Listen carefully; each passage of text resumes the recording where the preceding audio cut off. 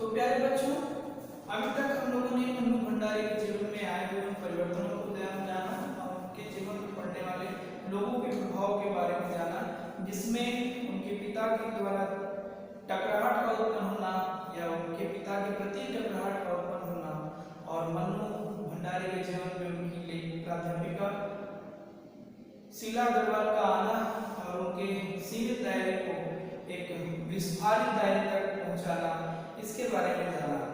तो अभी तक इन्होंने बताया कि किस तरह से पिताजी ने मुझे जो आज़ादी दी थी, स्वतंत्रता दी थी, वो घर तक ही सीमित था, लेकिन मेरी अब आज़ादी का दायरा धीरे धीरे बढ़ता चला गया।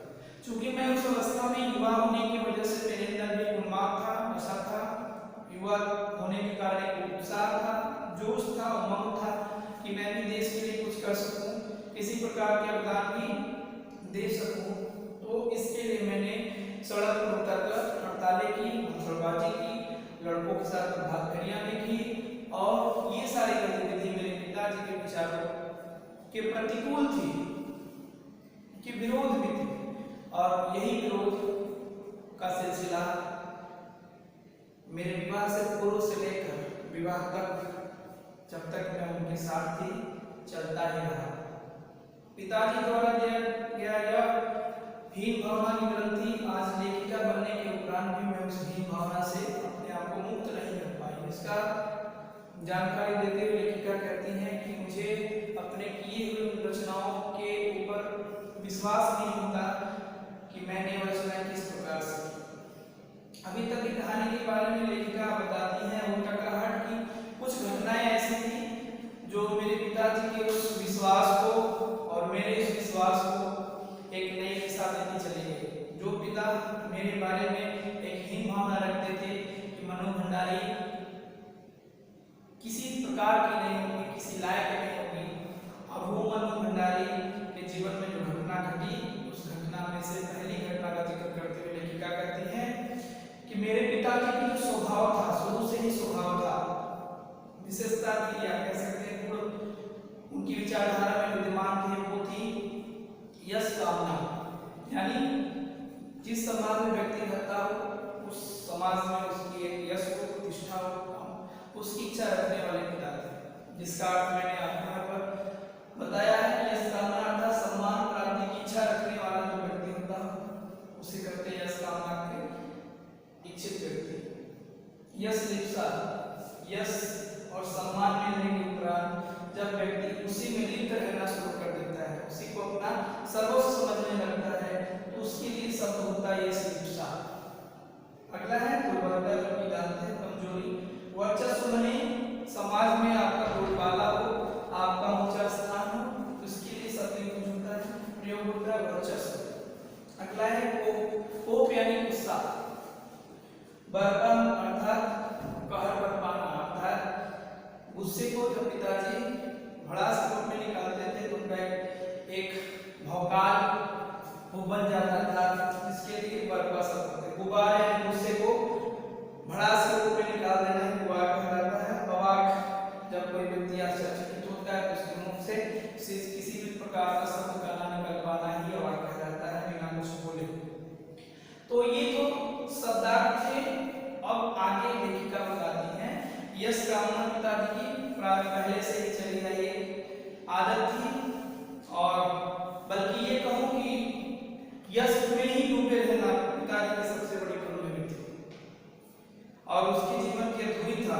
पिताजी ने एक सिद्धांत बना रखा था कि जहां पर रहे इज्जत, सम्मान, मान मर्यादा बनाकर रहना चाहिए। लेखिका कहती है पिताजी का यह सिद्धांत था कि व्यक्ति को कुछ विशिष्ट बनकर जीना चाहिए, अर्थात एक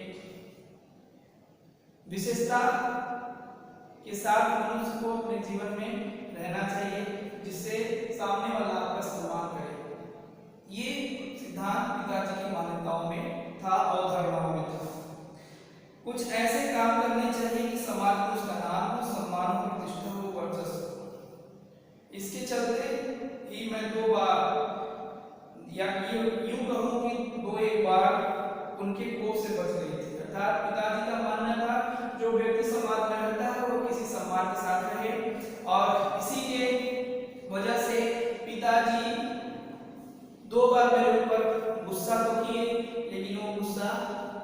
डांटने के लिए नहीं बल्कि मेरे द्वारा किए हुए उस गतिविधियों से उत्पन्न होने वाले गर्व के रूप में उन्होंने गुस्सा किया।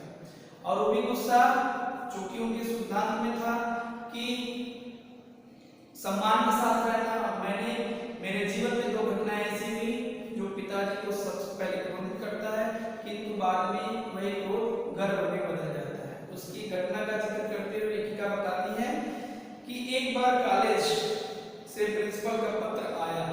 लेखिका अपने कॉलेज के प्रिंसिपल की बात करते हुए कहती है वहां से यानी स्कूल से मेरे घर पर पिताजी के नाम से पत्र आया, जिसमें लिखा था कि पिताजी आकर मिलें और बताएं कि मेरी गतिविधियां था मनु भंडारी के कर्मों के गतिविधियों क्रियाकलापों के कारण मेरे खिलाफ अर्थात मनु भंडारी के खिलाफ अनुशासनात्मक कार्रवाई क्यों न की जाए। अर्थात पिताजी को एक शिकायत पत्र प्रिंसिपल के द्वारा भेजा गया जिसमें मेरी शिकायतें मेरी क्रियाकलापों के लिए मुझे दंड देने के लिए एक समर्थन पत्र था।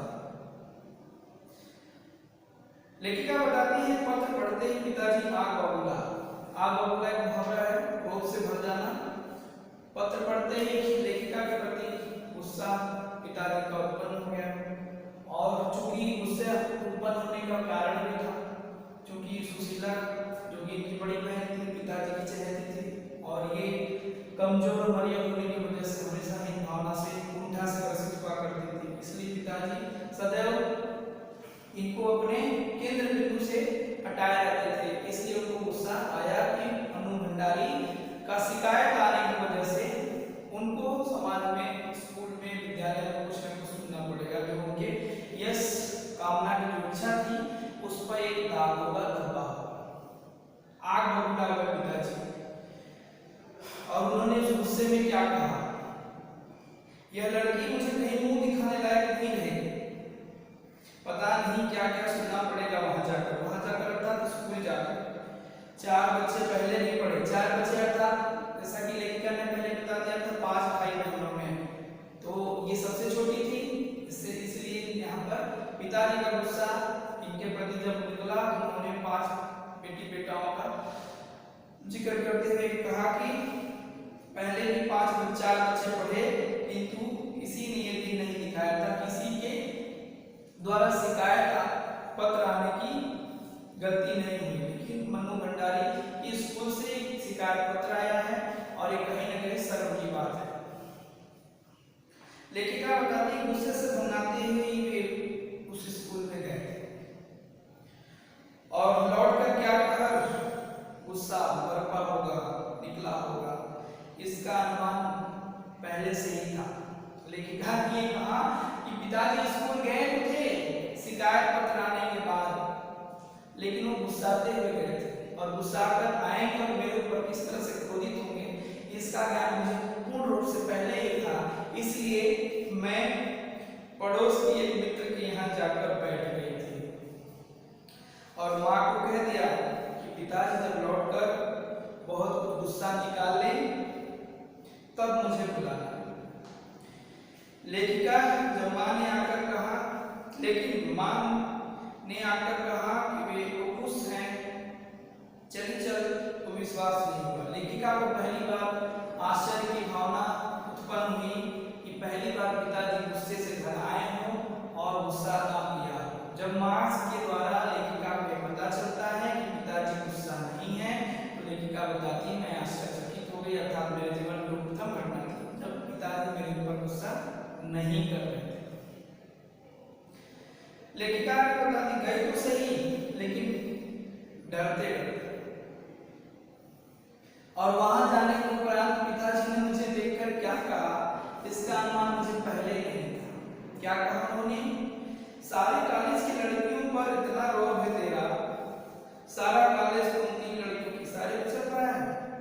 प्रिंसिपल बहुत परेशान थी और बार-बार आग्रह कर रही थी कि मैं तुझे घर बिठा लूं, क्योंकि वे लोग किसी तरह डरा धमका कर डांट-डपट कर लड़कियों को क्लासों में भेजते हैं और अगर तुम लोग एक इशारा कर दो कि क्लास छोड़कर बाहर आ जाओ तो सारी लड़कियां निकलकर मैदान में जमा होकर नारे लगाने लगती हैं। तुम लोगों के मारे कॉलेज चलाना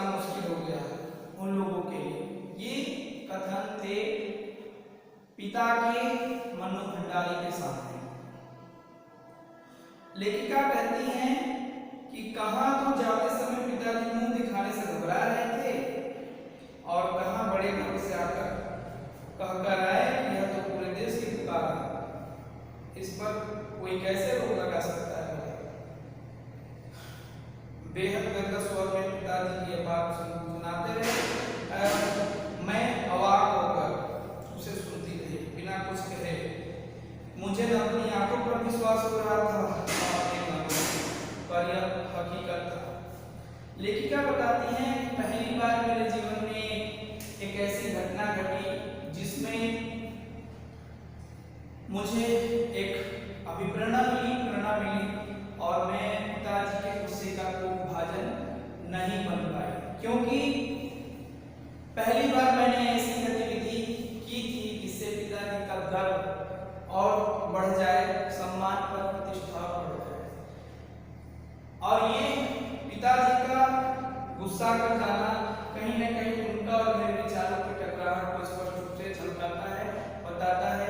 लेकिन वो टकराहट धीरे धीरे अब प्रेरणा में बदलती चली जा रही थी और वो प्रेरणा मुझे जागरूक और स्वाभिमानी बनाता हुआ एक नया दिशा मिलता चला गया, जिस पर मैं आगे बढ़कर देश को आजाद कराने के लिए सहयोग और भागीदार बनती चली गई। यह थी एक घटना जो उनके जीवन में घटी और पिता के गुस्से से उनको मुक्ति मिली। तो इसके बाद की जो वीडियो है वो आपको अगले क्लासेस में मिलेंगे। तब तक के लिए पढ़ते रहिए और सभी वीडियो को एक साथ समझने का प्रयास करिए कि किस तरह से उन्होंने अपने जीवन पर आधारित आत्मकथन को स्पष्ट किया है और यह बताने का प्रयास किया है कि हर एक व्यक्ति को जो कि अपने आप को साधारण समझता है वो असाधारण